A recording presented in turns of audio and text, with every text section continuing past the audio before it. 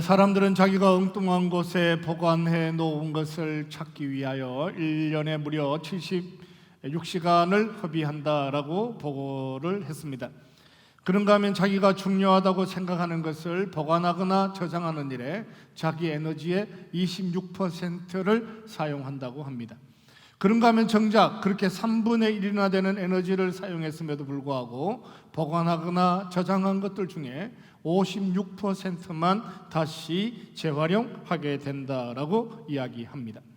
지식을 구하려고 하면 무엇인가를 끊임없이 더하는 인생을 살아야 합니다. 지혜를 구하려고 하면 끊임없이 무엇인가를 버리는 훈련을 해야만 지혜 있는 인생을 살아갈 수 있습니다. 여러분은 무엇은 버리고 무엇은 저장을 하십니까? 어떤 것은 저장을 하고 어떤 것은 삭제하는 삶의 자리를 지켜가십니까? 10년 후에 되어질 세상은 어떤 세상이 될까요? 이 무거운 주제 앞에서 자기 인생에 무엇인가 꿈꾸는 삶이 있다면 거창한 것을 생각하지 말고 구체적이고 실제적인 것을 상상하여 추적하는 훈련을 하라, 이렇게 표현합니다. 지구온난화로 인하여 이산화탄소가 많아지면 어떤 세상이 될까? 이렇게 질문하지 말고 내가 지금 신고 있는 이 신발은 10년 뒤에도 신을 수 있을까? 이렇게 질문을 하라는 것이지요. 여러분이 지금 신고 있는 그 신발은 10년 뒤에도 신을 수 있을까요? 지구온난화로 인하여 고무나무가 메마르고 고무 생산력이 떨어지게 되면 고무 깔창으로 된 그 신발은 여전히 우리의 신발이 될 수 있을까라고 물어보면 잘 모르겠지만 적어도 무엇으로 만들었든지 간에 신발은 여전히 신고 있을 것 같은 느낌적 느낌이 있습니다. 오늘은 우리의 인생 가운데 열매 맺으시는 하나님의 은혜에 대하여 함께 말씀을 묵상하려고 합니다. 5절 말씀을 다시 한번 보시기 바랍니다. 씨 뿌리는 자가, 같이 읽읍시다. 시작. 씨를 뿌리는 자가 그 씨를 뿌리러 나가서 뿌릴새 더러는 길가에 떨어짐에 밟히며 공중의 새들이 먹어버렸고. 예수님은 본문에서 자기 제자들에게 하나님의 나라를 설명하시면서 비유로 말씀을 하셨습니다. 예수님은 자기 제자들에게 하나님의 나라는 마치 밭에 씨를 뿌리는 것과 같은데 하나님의 나라는 그 밭에서 100배의 열매를 거두게 될 것이다. 성령이 교회에게 하는 말을 귀 있는 자는 들을지어다 라고 말씀을 하셨습니다. 예수님은 자기 제자들에게 씨를 뿌리면 100배의 열매를 맺은 것이 하나님의 나라다라고 설명하시고 귀를 열어 하나님이 너희에게 무엇이라고 말씀하시는지에 대하여 귀를 기울여라, 이렇게 말씀하셨는데 죄인은, 전적으로 타락한 본성 안에 살아가는 죄인들은 예수님께서 씨를 뿌리는 것을 통하여 100배의 열매를 거둘 것이다 라고 말씀하시는 것보다 공중의 새가 더 크게 보이고 돌들이 보이고 가시덤불이 보여서 씨를 뿌릴 때마다 열매를 맺을 수 있을까라고 생각하는 것이 죄인들이 세상을 살아가는 삶의 방식이라고 말씀하고 있습니다. 씨를 뿌리는 자는 자기 밭에 나가서 씨를 뿌리며 소망 중에 씨를 뿌리죠. 소망을 품고 씨를 뿌려야 합니다. 농부는 씨를 뿌릴 때마다 열매를 맺을 것에 대하여, 과일이 달릴 것에 대하여, 소출을 가실 것에 대하여 소망 중에 씨를 뿌립니다. 소망 중에 씨를 뿌려야 하는 것은 틀림없는 사실인데 타락하고 부패한 하나님 나라의 꿈에 대해서 참여하기를 어려워했던 죄인들은 농부로 살아가면서 소망 중에 씨를 뿌리는 것을 늘 힘들어합니다. 농부가 씨를 뿌려서 열매를 거두는 것은 늘 기적 같은 일이었죠. 그 농부가 씨를 뿌리는 밭은 이른 밭이었습니다. 밀레가 그린 씨를 뿌리는 사람이라고 하는 그림에 보면 그 밭은 척박하기 그지없는 땅이기도 했습니다. 적어도 이 밭은 오늘 우리가 그림을 그리는 그런 밭은 아니었다라고 하는 거예요. 밀레의 그림을 보여주세요.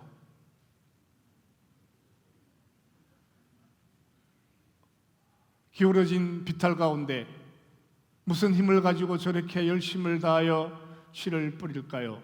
저 뒤편에 소가 비탈길을 밭으로 만들어 가고 있습니다. 고랑도 보이지 않습니다. 논두렁도 보이지 않습니다. 저기 씨를 뿌려 어떤 열매를 거둘 수 있을까요? 씨를 뿌리면 열매를 맺을 것 같은 소망이나 씨를 뿌리는 자의 행복이라고 하는 느낌보다 평생을 수고하였는데 먹고 살기가 버거운 삶이 그려지기도 합니다. 마치 한 번도 제대로 된 소득을 거두기가 어려워서 매번 똑같은 일을 반복하지만 소망을 가져본 적이 없는 삶의 무게가 느껴지기도 합니다. 씨 뿌리는 자의 눈물이 보이는 그림입니다. 예수님이 밭이라고 설명하셨을 때 그 밭은 잘 정리된 밭이 아니었습니다. 농부는 비탈길에 겨우 밭을 만들어서 씨를 뿌리고 살아야 하는 삶을 반복하고 살아갑니다. 트랙터 같은 것으로 제대로 그 땅을 한번 기경해 본 적이 없습니다. 밭 한가운데 커다란 돌이 있는데 평생을 옮기려고 평생을 수고하였지만 옮겨지지 않는 그 큰 바위, 평생을 사는 동안 밭 가운데 남겨두어야 하는 밭을 가지고 평생을 살아가기도 합니다. 그러니까 예수님이 이 비유로 말씀하셨을 때 밭이라고 하는 것은 돌짝밭이 따로 있고 옥토가 따로 있고 가시덤불이 따로 있는 것이 아니라 한 밭에 좋은 땅이 있는가 하면 가시덤불이 나는 땅도 있고 한 밭 안에 돌들이 가득한 땅도 있고 한 밭 안에 가시덤불이 덮여져 있는 밭도 있다라고 하는 거예요. 모든 것을 옥토로 깨끗하게 만들어서 그 옥토 위에 씨를 뿌리고 가시덤불 위에 잘나나 안 나나 보자라고 거기 씨를 뿌리고 옥토가 여기 있음에도 불구하고 또 자갈밭을 끝까지 찾아가서 자갈밭에도 한번 씨를 뿌려보는 것이 아니라 밭이라고 하는 비탈길에 있는 그 조그마한 밭에 끊임없이 소망 중에 씨를 뿌려보지만 그 밭 자체에 자갈이 있는 거죠. 돌이 있는 거죠. 그 밭 자체에 삶의 어려움이 있습니다. 씨 뿌린 자는 옥토에만 골라서 거기에 씨를 뿌리는 것이 아니라 척박한 자기 밭을 보면서 거기에 씨를 뿌리며 살아가는 사람이었습니다. 씨 뿌리는 자가 하나님이시면 하나님은 세상에서 좋은 곳, 준비된 영혼, 준비된 사람, 옥토와 같은 마음에만 씨를 뿌리는 것이 아니라 모든 죄인이 아직도 하나님을 알지 못할 때에, 아직 우리가 죄인 되었을 때에 자기 백성들을 구원하기 위하여 그 마음에 씨를 뿌리시는 하나님이셨습니다. 그 마음에 돌이 있든지 걸림돌이 있든지 메마를 수밖에 없는 삶의 조건을 가지고 있음에도 불구하고 상처로 가득 찬 그 마음에 씨를 뿌리시는 것이 하나님의 은혜였습니다. 하나님의 열심이었습니다. 예수 그리스도의 사명이었습니다. 하나님은 마음에 뿌려진 씨앗이 인간들의 어떤 염려로 인하여 잘 자라지 못할 것이다 라고 하는 것을 이미 아셨습니다. 그럼에도 불구하고 씨를 뿌리시는 것이 하나님의 열심이었습니다. 밭을 보는 순간 어떤 밭도 옥토가 아니었던 것을 하나님이 다 아시고 씨를 뿌리며 여전히 그 속에서 소망으로 구원받을 하나님의 백성들을 꿈꾸고 살아가는 것이 하나님의 행복이기도 했습니다.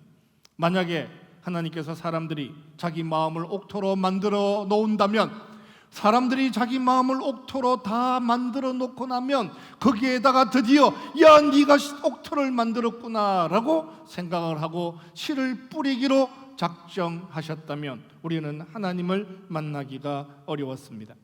영원히 씨 뿌리는 자의 행복을 경험하기 어려운 삶이 되기도 했습니다. 사람은 스스로 자기 마음을 옥토로 만들 만한 능력을 가지고 있지를 못합니다. 스스로 옥토를 만들 만한 재능이 없습니다. 기회가 없습니다. 전적으로 타락한 모든 인류는 자기 마음을 스스로 옥토로 만들 만한 능력 자체를 가져본 적이 없죠. 의인은 없나니 하나도 없었습니다. 스스로 그럴 만한 능력 가져볼 수가 없었죠. 하나님이 내 백성들이 준비되면 그때 찾아가서 출애굽하겠다. 내 백성들이 준비를 잘하면, 내 백성들이 드디어 출애굽할 만한 능력을 가지게 되면 내가 그 백성들을 구원하리라 작정하셨다면 이스라엘 백성들은 지금도 애굽 땅에서 종으로 살아야만 합니다. 예수님이 만약에 인류가 하나님의 아들을 받아들일 만한 조건을 만들어낸다면 그때 내려가서 내 백성을 구원하리라, 그를 환영할 만한 것, 어떤 방해도 없는 온전히 모든 인류가 하나님의 아들이 이 땅에 오실 때에 그를 환영할 만한 돌 하나 없는 깨끗한 밭을 만든다면 그때 내가 드디어 육신의 몸을 입으리라, 내가 그리고 인간을 찾아가리라 말씀하셨다면 오늘 우리는 아직도 여전히 죄 가운데 있어야 합니다. 하나님은 우리가 아직 죄인 되었을 때에 우리 안에 찾아오셨습니다. 우리 안에 돌짝도 있고 메마름도 있고 척박하고 상처투성이로 까마득한 죄의 흔적을 가지고 있음에도 불구하고 우리를 구원하시기를 원하셨던, 우리 안에서 열매를 맺기를 원하셨던 하나님의 은혜는 우리 안에 찾아오게 되었습니다. 우리 가운데 자기 아들을 보냈습니다. 하나님은 그렇게 씨를 뿌리셨습니다. 공중에 새가 있다는 걸 아셨습니다. 곳곳에 상처투성이로 살아가는 척박한 환경이라고 하는 것도 아셨습니다. 자기 백성들이 자기를 배척할 것이라고 하는 사실을 아셨음에도 불구하고 하나님은 자기 아들을 이 땅 가운데 보내시는, 씨 뿌리시는 하나님이셨습니다. 사랑하는 성도 여러분, 이 하나님의 행복을 경험하고 살아가는 믿음의 여정이 되시기를 주님의 이름으로 축원합니다. 할렐루야. 옆에 분들과 축복합시다. 사랑합니다. 축복합니다. 두 눈에 진정성을 담아서 다시 한번 축복합시다. 당신은 복받은 사람이 맞습니다. 왜 복받은 사람이 맞습니까? 하나님의 행복이 우리 안에 이미 찾아온 거죠. 우리가 옥토가 되어본 적이 없고, 우리 스스로 그 돌을 다 치워본 적이 없고, 우리 스스로 그 가시덤불을 다 걷어내 본 적이 없는데, 그 중에 어떤 돌은 지금도 남아있는데 커다란 돌덩어리 하나를 가슴에 품고 사는데 하나님께서 우리를 포기하지 아니하시고 여전히 그 속에 소망을 두시고 우리 안에 복음의 문을 두드리시고 천국이 침노하는 것처럼 우리 안에 쳐들어오시고 우리를 감당하시고 우리를 사랑하셔서 오늘 주일 아침 이 자리에 앉아 있다라고 하는 것이 하나님의 은혜였다라고 선포하는 거예요. 처음 예수 믿을 때 엉망진창처럼 보였던 우리의 삶에 하나님이 개입하셨는데 이 열매가 맺어진 것이 기적이라고요. 내가 처음 예수님을 만났을 때, 우리가 아직 재현되었을 때의 우리의 삶의 상태는 온갖 것으로 추하고 더러운 삶의 자리에 있었는데 그 흥청망청하던 삶의 자리를 복되게 하셔서 나 같은 추한 삶의 자리에서도 복음의 열매를 맺어 가시는 것이 하나님의 은혜였다라고 말씀하신 거예요. 우리를 이 정도 만드신 건 하나님의 축복이었습니다. 이 하나님의 은혜 앞에 늘 감사하고 살아갈 수 있는 믿음의 삶이 되시기를 주님의 이름으로 축원합니다. 6절, 더러는 바위 위에 같이 봅시다. 시작. 더러는 바위 위에 떨어짐에 싹이 났다가 습기가 없으므로 말랐고. 씨를 뿌리는 자의 행복은 밭의 상태가 어떤 환경이라고 하는 것을 다 알고 있음에도 불구하고 씨를 뿌릴 수 있는 것, 소망 중에 씨를 뿌려내는 것, 그것이 하나님의 씨 뿌리는 자의 행복이었습니다. 예수님은 이것을 자기의 사명이라고 말씀하셨습니다. 그분은 그냥 우리 안에 쳐들어왔습니다. 그냥 우리 안에 천국이 침노하는 것처럼 우리 안에 그냥 찾아 들어오신 거죠. 그는 우리 안에 있는 돌들에 대하여 별로 관심을 가지지 않으셨습니다. 공중의 권세 잡은 자들이 몇 개 정도를 물고 가는 것에 대하여 염려하지 않으셨습니다. 몇 개를 잃어버릴 수 있다는 것에 대해서 알고 계셨습니다. 우리 안에 있는 바위들 때문에 어떤 것은 싹도 제대로 틔우지 못하고 사라질 것이다 라고 하는 것도 아셨습니다. 재미있는 것은 본문에 더러는 이라고 하는 것입니다. 더러는 이라고 표현하는 거예요. 하나님의 말씀이 우리 안에 떨어지면 더러는 방해받는 것이 있습니다. 하나님의 말씀이 우리 안에 찾아오면 더러는 잃어버리는 것이 있습니다. 하나님의 말씀이 우리 안에 찾아오면 더러는 어떤 것들은 싹도 틔우지 못하고 까마귀에게 빼앗기는 것들도 있다라고 하는 것을 하나님이 아셨다는 거예요. 하나님이 아시고 염려와 걱정과 두려움 때문에, 이생의 자랑 때문에 제대로 자라지도 못하고 하나님의 말씀이 우리 안에서 사라진다라고 하는 것을 하나님이 처음부터 아셨는데 씨 뿌리는 자는 그것을 관여하지 아니하고 씨를 뿌렸다라고 하는 거예요. 더러는 말라버릴 것입니다. 더러는 공중의 권세 잡은 자들에게 잃어버리는 것이 있고, 더러는 가시덤불 속에서 잃어버리는 것이 있다고 할지라도 그 잃어버리는 것에 대하여 모든 것을 잃어버리지 않는다라고 하는 것이 하나님 나라의 비밀이기도 했습니다. 우리가 하나님의 말씀을 들으면 잃어버리는 것들이 있습니다. 당연히 있죠. 하나님의 말씀을 들었는데 모든 하나님의 말씀을 다 기억하고 살아갈 수가 없습니다. 모든 하나님의 말씀을 들었는데 그 모든 하나님의 말씀대로 살아갈 만한 능력이 우리에게 없습니다. 우리가 없는 것이 아니라 하나님이 우리에게 그런 능력을 주신 적이 없습니다.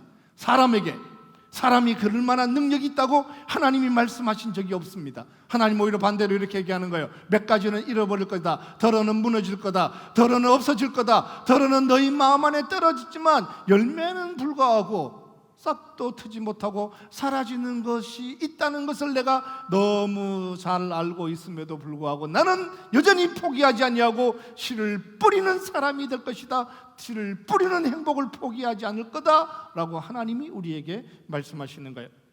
13절에 보면 시련이 방해하고 14절에 보면 이생의 염려와 재물과 향락이 우리를 방해한다라고 하셨습니다. 이생의 염려와 자랑이, 향락이, 재물이, 시련이 방해한다라고 말씀하신 이유는 시련이 있다는 걸 안다는 거죠. 재물이 있다는 걸 안다는 거죠. 욕심이 있다는 걸 안다는 거예요. 탐심이 생긴다는 걸 안다는 거예요. 이 생의 어떤 조건이, 세상의 수많은 조건들이 우리의 마음에 있는 어떤 것들을 빼앗아 간다는 걸 아신다라고 말씀하시면서 그 농부는 그럼에도 불구하고 나는 씨를 뿌리는 것을 포기하지 않겠다. 끝까지 씨 뿌리는 농부로 일하시겠다라고 하는 것이 하나님의 은혜였습니다. 잃어버리는 것이 틀림없이 있습니다. 여러분 한번 생각해 보세요. 만약에 반대로 하나님의 말씀이 우리 안에 떨어졌는데 하나도 잃어버린 것이 없다, 모든 것이 다 열매를 맺었다라고 가정해 본다면 우리는 도대체 어떤 사람이 될 수 있을까요? 하나님이 그런 사람을 만들기를 원할까요? 어떤 오류도 없는, 어떤 1.1핵이라도 오류가 없는, 마치 하나님 비슷한 인생을 살아가는 동안 절망도 해본 적이 없고 눈물을 가져본 적도 없고 실패를 경험해 본 적도 없고 하기만 하면, 꿈꾸기만 하면 자기 원하는 것을 다 만들어낼 만한 대단한 인간이 1000명이 있다. 세상은 난리가 날 것 같은 생각이 들어요. 자기 스스로 하나님처럼 생각하는 온전한 의로 똘똘 뭉쳐있는 인간이 이 땅에 2000명이 있다. 그 인간들이 얼마만큼 끝까지 모든 것들을 다 감당할 수 있을까? 세상은 진정한 평화를 만들어낼 수 있을까? 하나도 잃어버린 것 없이 들었던 모든 말씀대로 살았다면 그 삶이 하나님이 원하시는 삶이냐라고 물어보면 하나님은 오히려 잃어버리는 것이 있었기 때문에 너희가 이 땅에 있다라고 말씀하시는 거예요. 잃어버리는 것이 기분이 좋은 것은 아니죠. 속상하고 힘들고 어려운 것이 사실입니다. 절망하는 것이 기분이 좋습니까? 까마귀에게 씨앗을 빼앗기는 게 기분이 좋다 이렇게 표현할 수 없죠. 뿌려놓은 씨앗이 다 열매 맺기를 원하는 것은 농부의 마음이기도 합니다. 그렇지만 까마귀가 씨를 물고 가는 것을 보면서 기분이 좋다고 춤추는 농부가 누가 있겠어요? 그것은 속상하는 일이고 절망할 만한 일이고 때로는 모든 것을 포기해버리고 싶은 아픔이 되기도 합니다. 다시는 농사를 짓지 말아야겠다 이런 생각이 들기도 합니다. 말씀을 잃어버렸는데 그것으로 행복을 삼겠다 이렇게 표현할 수가 없죠. 그래서는 안 되죠. 말씀을 잃어버렸는데 그것이 너무 기분이 좋다, 어떻게 그렇게 표현할 수 있어요? 그렇지만 우리가 잊지 말아야 하는 것은 그 하나, 더러는 잃어버리는 것 때문에 모든 것이 사라지는 것처럼 하나님의 나라가 무너지는 것은 아니다라고 하는 거예요. 그 잃어버리는 하나 때문에 더 지혜로운 하나님을 만납니다. 그 잃어버린 하나 때문에 더 풍성한 것을 만들어내시는 하나님을 만납니다. 그때 그 절망 때문에 위로하시는 하나님을 만납니다. 그 아픔 때문에 상처를 치유하시는 하나님을 경험하고 살아가는 것이 인생의 비밀이다 라고 말씀하셨습니다. 더하는 것이 지식이라면 잃어버리고 찾는 것은 인생의 지혜라고 말씀하셨습니다. 사랑하는 성도 여러분, 인생을 살아가는 동안 더러는 잃어버리는 것이 있다 할지라도 그 잃어버리는 것 때문에 오히려 더 크고 아름답고 귀한 것을 준비하시는 하나님을 경험하고 살아가는 믿음의 삶이 되시기를 주님의 이름으로 축원합니다. 어떻게 하나도 잃어버리지 않는 삶을 살아요? 잃어버리면 잃어버릴수록 지혜로운 삶의 자리가 되는 거예요. 눈물 흘려본 사람이 인생의 지혜를 가져요. 절망해본 사람이, 포기할 것 같은 아픔을 경험해본 사람이 인생을 지혜롭게 사는 거예요. 지식은 계속 더해지는 것이고, 지혜는 어디서 나냐 하면은 잃어버린 것 속에서 그 아픔을 가슴에 품고 어떤 것이 하나님이 원하시는 것인가를 질문할 때 그 안에 인생의 지혜라고 하는 것을 만나는 거죠. 8절 이렇게 표현했습니다. 더러는 좋은 땅에 떨어짐에, 더러는 같이 읍시다. 시작. 더러는 좋은 땅에 떨어짐에 나서 100배의 결실을 하였느니라. 이 말씀을 하시고 외치시되 들을 귀 있는 자는 들을지어다. 재미있는 것은 좋은 땅에 떨어지는 것도 더러는이라는 거예요. 더러는 좋은 땅에 떨어진다. 모든 게 좋은 땅에만 떨어지는 것이 아니라 더러는 좋은 땅에 떨어졌는데 기가 막히게 은혜가 되는 것은 더러는 떨어졌음에도 불구하고 그가 100배의 열매를 맺는 거예요. 좋은 땅에 떨어진 더러는 몇 개의 그 열매가 30배, 60배, 100배의 열매를 맺는데 그것이 더러 잃어버리는 것, 더러 놓쳐버린 것, 더러 포기하고 살아가는 삶보다 더 풍성한 열매를 맺는 것이 하나님 나라의 비밀이다 말씀하셨습니다. 그렇게 실패한 일도 많고 절망하고 좌절하고 포기하고 살아가는 것도 많은데 오늘 구원이 여전히 우리에게 은혜로 다가오는 것은 열매를 맺는 것이 있기 때문이다 라고 말씀하십니다. 잃어버린 것이 있지만 여전히 열매를 맺게 하는 것이 우리의 삶에 있다라고 말씀합니다. 공중의 새에게 하나를 잃어버렸는데 모든 것을 다 잃어버리는 것이 아니었습니다.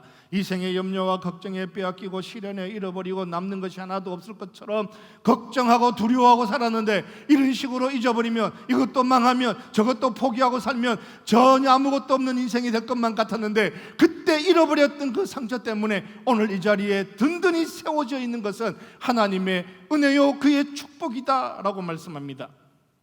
사랑하는 성도 여러분, 여기까지 인도하신 하나님의 은혜에 대하여 늘 감사하고 살아갈 수 있는 믿음의 삶이 되시기를 주님의 이름으로 축원합니다. 얼마나 놀랍냐고요.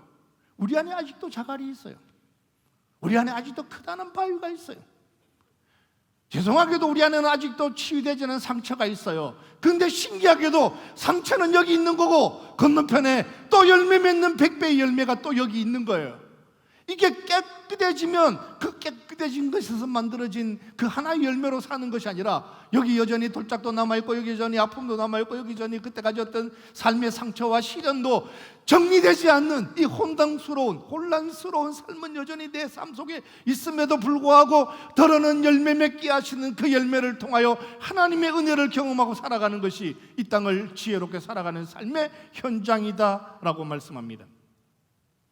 율법의 나라는 그런 나라가 아니었습니다. 율법의 나라는 야고보서 2장 10절에 보면 누구든지 율법을 지키다가 그 하나를 범하면 모든 것을 범하는 자가 되느니라 이렇게 표현했습니다. 율법의 나라는 그런 나라가 아니에요. 율법의 나라는 하나가 망하면 다 망하는 거예요.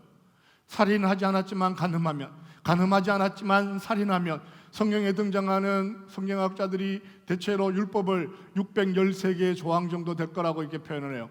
612개를 지켰는데 612개 중에는 지켰지만 그 하나를 지키면 살인하면 지금까지 지켰던 모든 것이 망해버리는 것이 율법의 세상입니다. 그런데 하나님께서 말씀하시기를 공중의 권세 잡은 자들이 가지고 가고 돌짝밭이 가지고 가고 가시덤불임에 마르고 또 세상의 염려와 이생의 두려움과 수많은 것들이 더러는 어떤 것들을 잃어버리는 포기하는 절망을 경험하고 살지만 더러는 너의 삶 속에 떨어진 그 하나의 씨앗이 열매 맺는 것이 잃어버린 것보다 훨씬 더 많은 하나님의 축복을 경험하게 될 것이다 라고 말씀하시는 거예요. 사랑하는 성도 여러분, 이 하나님의 소망을 붙잡고 살아가는 믿음의 사람이 되시기를 주님의 이름으로 축원합니다. 여러분이 저한테 여러분의 마음에 있는 돌짝밭에 대해서 설명하지 않아도 돼요. 제가 알아요. 우리 모두가 돌짝밭이 있어요. 아직도 그 돌이 아직도 남아있다는 거 제가 알아요. 왜냐하면 어느 누구도 그 돌을 다 제거하는 삶을 살 수 없다는 것을 성경이 말하기 때문이죠. 내가 누군가가 그 상처가 아직도 있다고 이렇게 어떤 사람을 얘기하는 것이 아니라 인생을 살아가는 동안, 육체 안에 살아가는 동안 그게 온전해진 적이 없어요. 여전히 신음해야 되고 여전히 눈물을 흘려야 되고 여전히 고통스러운 삶을 반복하고 살아갈 수밖에 없다고요. 언제? 이 땅을 살아가는 동안. 그래서 우리는 끊임없이 하나님의 말씀에 귀를 기울이고 소망의 하나님이 어떤 태도로 어떤 열심으로 어떤 의지를 가지고 우리 가운데 씨를 뿌렸는지에 대해서 도전하고 그 믿음을 따라 여전히 세상이 척박한 환경을 만들어낸다 할지라도 소망 중에 씨를 뿌리며 살아가는 것이 우리에게 소중하다라고 하는 거예요. 사람들은 21세기를 캔슬의 컬처, 캔슬의 문화의 세상이라고 이야기하기도 합니다. 무관용의 세상을 살아가죠. 무관용의 세상, 어떤 것도 용납하지 않으려고 하는 세상, 어릴 때 못 모르고 SNS에 남겨놓은 그 하나 때문에 오늘 가졌던 모든 것들을 다 잃어버려야 되는, 철없을 때 20년 전 30년 전 남겨놓았던 그 흔적 하나 때문에 오늘 모든 것들을 삭제해야 되는, 대가를 지불해야 되는, 어떤 관용도 없는 그런 21세기라고 표현하기도 합니다. 사람들은 하나님을 없애고 하나님을 제거하고 신이 없는 세상, 사람이 존중받는 세상, 약자가 존중받는 세상, 사람들의 개성이 존중받는 세상, 그 세상을 만들면 어떤 신적 두려움도 다 사라지는 세상이 될 거라고 생각하고 하나님을 지우고 혁명으로 지우고 과학으로 지우고 진화론으로 지우고 끊임없이 인공지능으로 지우고 하나님 없이 사람이 가장 지혜로운 세상이 될 거다. 하나님이 사라지고 나니까 그 하나님이 사라지는 세상에는 관용이 통하지 않는, 한 사람이 무너뜨리면 모든 사람이 날아가는 무관용의 세상을 만들어 놓고 인류는 아직도 자기 스스로 생각하기를 약자를 보호하는 것처럼, 약자를 지켜내기 위해서 대단한 문명을 만들어낸 것처럼 착각하고 살아가기도 합니다. 지금까지 한 번도 경험해보지 못했던 세상이라고 아우성치기도 합니다. 무관용의 세상을 만나고 보니까 이야, 이런 거 하나 때문에 모든 것을 잃어버려야 한다고 정말 당황스럽다라고 표현하지만 사실 알고 보면 2000년 전에 율법의 세상도 그런 세상이기도 했습니다. 그러나 하나님의 나라, 은혜의 나라, 복음의 나라는 더러는 잃어버리는 것이 있어도 하나님이 열매를 맺으면 그것이 천이 되고 만이 되게 하는 진리의 안에, 은혜 안에 우리를 지키시는 나라다 말씀하셨습니다. 더러는 잃어버리는 것이 있어도 더러는 열매 맺는 것이 있기 때문에, 더러는 잃어버리는 것이 있지만 더러는 열매 맺는 그 열매 때문에 오히려 잃어버리는 것보다 더 영광스러움을 경험하고 살 것이다 라고 하는 것이 하나님 나라의 비밀이었습니다. 그 하나님의 나라는 늘 소망 중에 씨를 뿌리는 사람들로 인하여 기적 같은 하나님의 능력을 경험하는 삶이 되기도 합니다. 하나님이 소망 중에 씨를 뿌리는 분이시라면 우리도 이 척박한 삶의 자리에서 소망 중에 씨를 뿌리는 삶의 자리를 지켜가야 합니다. 빈센트 반 고흐는 밀레처럼 씨 뿌리는 사람이라고 하는 그림을 그렸습니다. 밀레보다 20년 뒤에 태어났으니까 어쩌면 밀레가 오히려 스승이라고 할 수 있습니다. 반 고흐가 그린 그림은 이런 그림이었습니다. 제가 이 그림을 보면서 가장 은혜가 되고 놀랍고 감사하고 신기한 것은 고흐가 자기 삶의 그 절망 앞에 저 뒤에 보이는 태양을 그렸다라고 하는 거예요.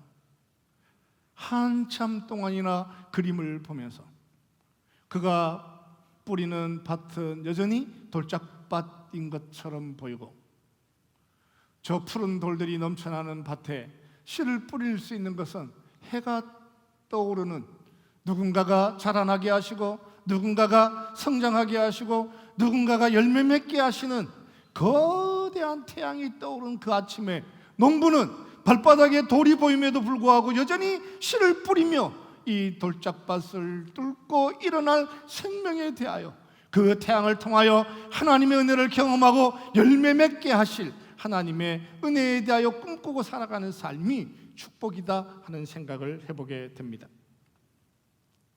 세상에는 수많은 방해하는 것들이 있습니다. 공중에 권세 잡은 자들이 있고 이생의 자랑이 있고 염려도 있습니다.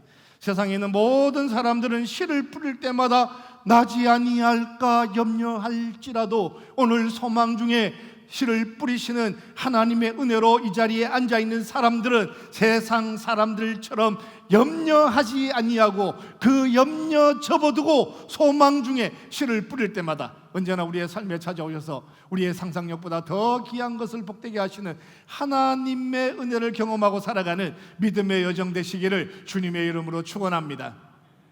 소망 없는 동네에서 소망으로 일하는 사람이 이기는 거예요.